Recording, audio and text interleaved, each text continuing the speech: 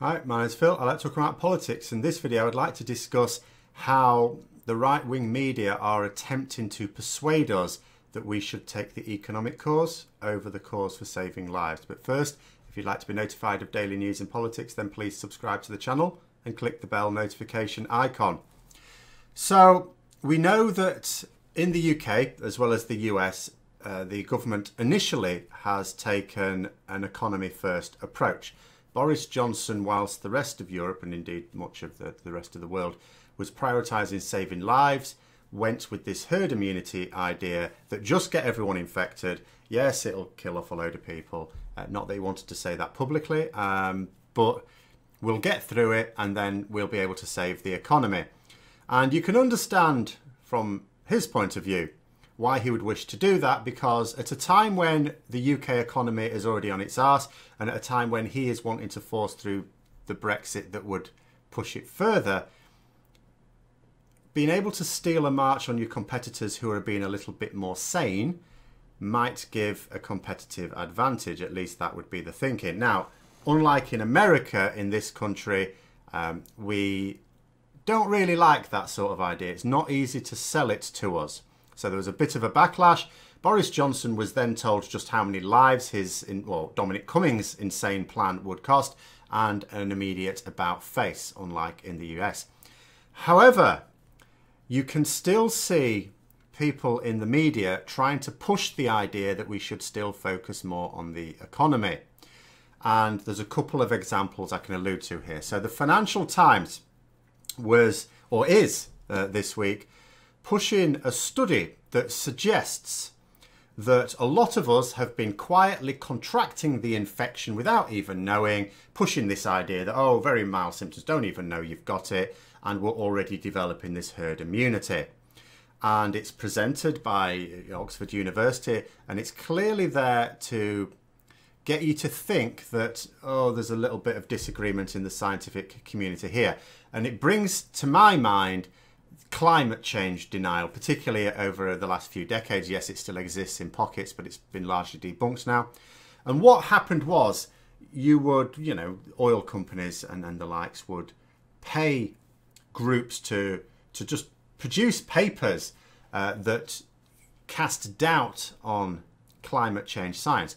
To give, and the media happily ran with this, and it gave the impression in the public that actually there were some things where there was some disagreement in the scientific community. There never were. There has never been a peer-reviewed scientific paper that has ever called into question the accepted science on climate change, and there hasn't been for decades. And the same sort of thing happens here. And then you think to yourself, well, Phil, are you just telling us that this group of scientists is wrong, whereas another group of scientists is right? In a way, yes. I'm not saying the group of scientists have done it wrong. What they've actually done is a mathematical model. Now, the maths will be absolutely fine. It'll be perfect.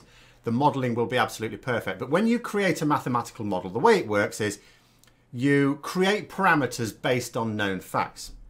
Known facts at the moment are quite hard to come by, particularly in the UK where we're not testing.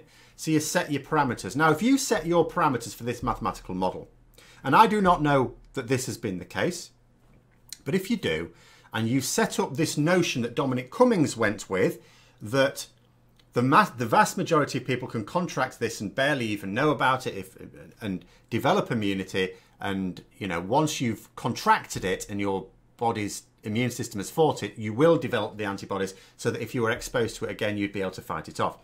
If you put that into your mathematical model, then the results would be as they are suggesting. However, is it reasonable to do this? When you consider, for example, there are cases known, not just in China, where it's a little bit difficult to be sure about the veracity of claims. There are cases of people contracting the virus, recovering from it, and then contracting it again. Now, that doesn't disprove the notion of immunity, of immunity, but it does cast serious doubt onto it. And it would certainly suggest that although it may be possible for some people to develop immunity, and it doesn't completely debunk the herd immunity idea, although, remember, this whole concept of the herd immunity, the monstrous part of it is, it does mean throwing vulnerable people in the community under the bus. It does accept that you're going to kill a lot of people to achieve this. That is undoubted. So what we can say is that the idea that everyone who contracts it and recovers from it would be immune is debunked. It may be that some do and some don't. We don't know what the proportion is. So that will be what this mathematical model is. It is also important to remember that this study that has just the Financial Times are championing has not been peer reviewed either. So we do not know that there aren't mistakes in it because it hasn't been checked by the scientific community. But I would suspect that the maths will absolutely be fine. They'll have put parameters in there. But the problem now is those same people who were listening to the Steve Bannons and the Donald Trumps who were going on, oh yeah, it's just a touch of flu. It's no more serious than a touch of flu. I'll get it. I'll recover and I'll be fine. Why are we going to all this fuss? Those people are being allowed to still persist with that notion because now a study from Oxford is suggesting that actually maybe it's not to worry about. Even though they're not able to explain, well, if this is the case then, why is the death toll rising not only in the UK, but in other countries as well? Now that's one angle, and I would expect more of this to be pushed as, remember, the Financial Times ultimately lobbies for the wealthy, billionaires, multimillionaires. These are the people who are actually going to suffer if we put a lives first policy in place. But that's not the only one. Then you've got the Daily Telegraph, who are pushing the idea that they're coming out from a different angle. They know that people are not going to have a huge amount of sympathy for the billionaires. They know that any talk of saving the economy but killing your granny is not going to go down well in this country. They seem to be quite happy to be publicly saying that in the US, maybe a different thing culturally. In this country, we're not too happy about that. So the Daily Telegraph has tried a different tack. What they're saying is, okay, so we put lives first and then the economy is going to suffer, which it is. We're going to end up in a very deep recession, which we are. They are arguing that that very deep recession will cost more lives than just letting the virus run rampant. What they're basically saying is this isn't a choice between saving lives and saving the economy. You're going to lose lives either way. Your choice is, do you save the economy or not? They're trying to create that sort of scenario. Now, and I would expect more arguments like that to come out as the very wealthy, the 1% or the 1% of the 1% in many cases, get in the media to push their side of things against a public backlash which is not allowing Boris Johnson to prioritise the economy.